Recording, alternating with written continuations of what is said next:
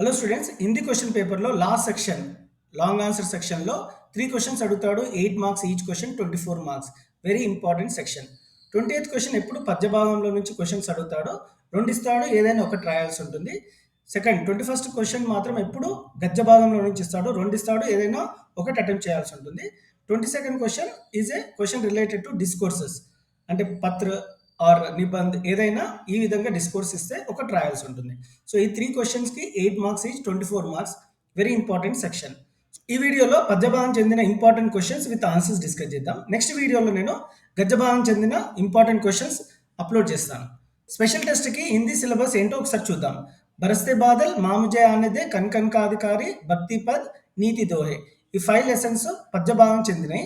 స్వరాజ్ కి నీవ్, దక్షిణ గంగా గోదావరి, జల్ హీ జీవనే, ధరతీ కే సవాల్, అంతరిక్ష కే జవాబ్. ఈ 4 లెసన్ గద్య భాగం చెందినాయి. మొత్తం 9 లెసన్స్ ఉన్నాయి స్పెషల్ టెస్ట్కి.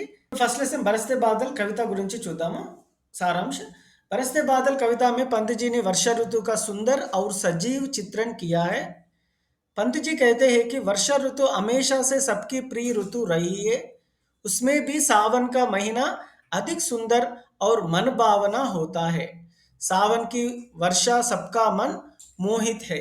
सावन के मेघ जमजम बरसते हैं, वर्षा की बूंदें पेड़ों से जनकर जमजम आवाज करती धरती पर गिरती है।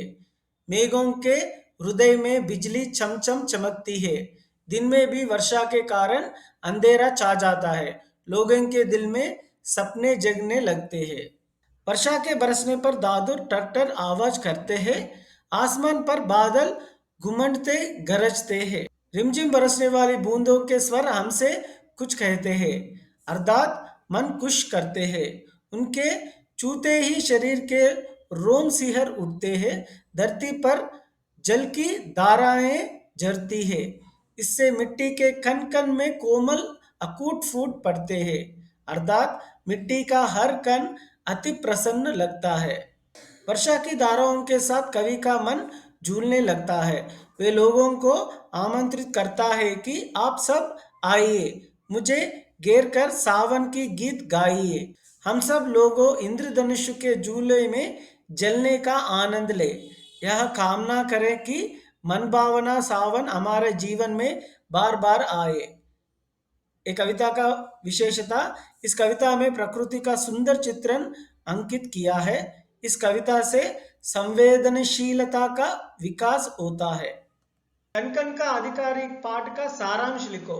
ये क्वेश्चन अड़गिना ई लेसन लो ई आंसर रायंడి स्टूडेंट्स। श्रम और भुजबल ही मानव समाज का एकमात्र आधार है, भाग्य है। हमारे जीवन में मानव समाज में श्रम का बड़ा महत्व है। जीवन में सफलता पाने के लिए श्रम करना अनिवार्य है।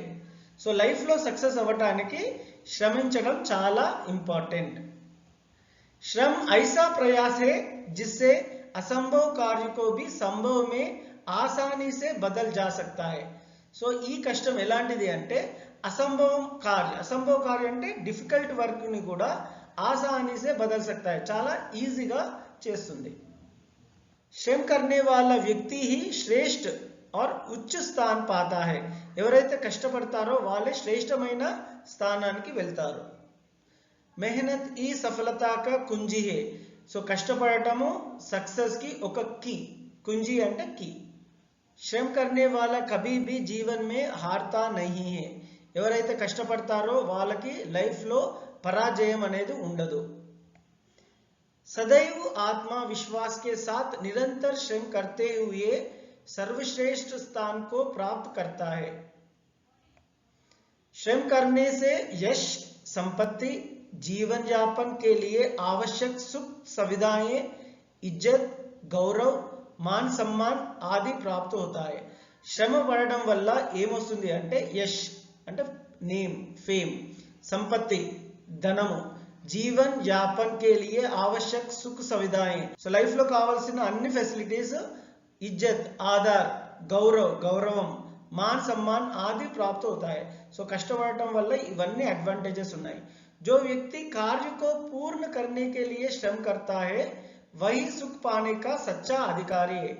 ఎవరైతే పని చేయడానికి చాలా కష్టపడతారో వాళ్ళే సుఖపడటానికి అధికారి అంటే అర్హులు।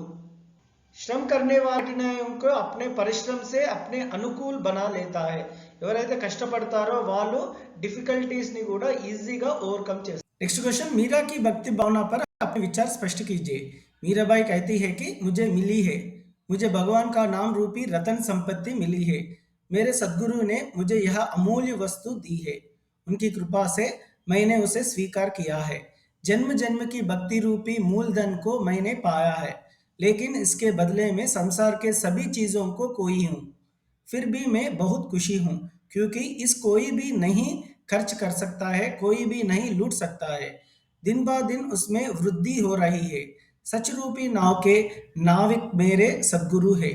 उन्हीं के सहारे में भगवत उन्हीं के सहारे में भवसागर को पार चुका हूँ. मीरा के प्रभु गिरिधर चतुर है, उन्हीं मीराबाई खुशी खुशी से गाती है. इस प्रकार मीरा इन पदों में श्री कृष्ण को सद्गुरु की कीर्ति बनाकर उनका दर्शन करने का उद्देश्य प्रकट करती है. नेक्स्ट क्वेश्चन, रैदास की दास्य भक्ति भावना को भक्ति पद पाठ के आधार पर वर्णन कीजिए. रैदास की चौपाइयों में समर्पण की भावना, दास्य भक्ति को अधिक महत्व दिया गया है. रैदास अपनी भक्ति के बारे में कहते हैं कि हे प्रभु, तुम चंदन है तो मैं पानी हूँ. हे प्रभु, तुम बादल है तो मैं मोर हूँ. बादल रूपी भगवान को मोर रूपी भक्त देखता रहता है. प्रभु जी, तुम मोती है तो मैं धागा हूँ. आपसे मिलने में मेरी सुंदरता बढ़ती है. प्रभु जी, तुम स्वामी है तो मैं दास हूँ. इस प्रकार कवि रैदास जी ने अपने प्रभु के प्रति अपनी दास्य भक्ति दिखाई. नेक्स्ट क्वेश्चन, कवि रहीम के दोहों का संदेश अपने शब्दों में लिखिए. कविवर रहीम का पूरा नाम कानकाना अब्दुल रहीम था. उनका जीवन काल 1556 टू 1626 था. वे सहृदयी, कुशलवीर और राजनीतिज्ञ थे. वे अकबर के दरबार कवि और मित्र थे. वे कई भाषाओं के ज्ञाता कृष्ण भक्त थे. उन्होंने भक्ति, ज्ञान, वैराग्य, नीति विषयों पर रचनाएं की. उनके दोहे नीतिपरक और उपदेशात्मक है. कवि रहीम कहता है कि यदि हमारे पास धन संपत्ति है तो कई तरह के लोग नाते रिश्ते जोड़कर सगे बन जाते हैं. उन लोगों में हमारा सच्चा मित्र कौन है और पराया कौन है, इसका निर्धारण विपत्ति कष्ट कर देता है. संकट के समय सच्चे मित्र ही आप देता है. झूठे लोग तो खिसक जाते हैं.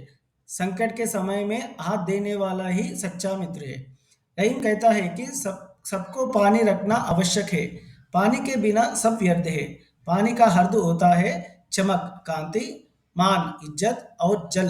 चमक के बिना मोती, मन के बिना आदमी और जल के बिना चूना बेकार है. चमक के जाने से मोती व्यर्थ होता है. माने के बिना मानव जीवन व्यर्थ है. जल के न रहने से चूना व्यर्थ होता है.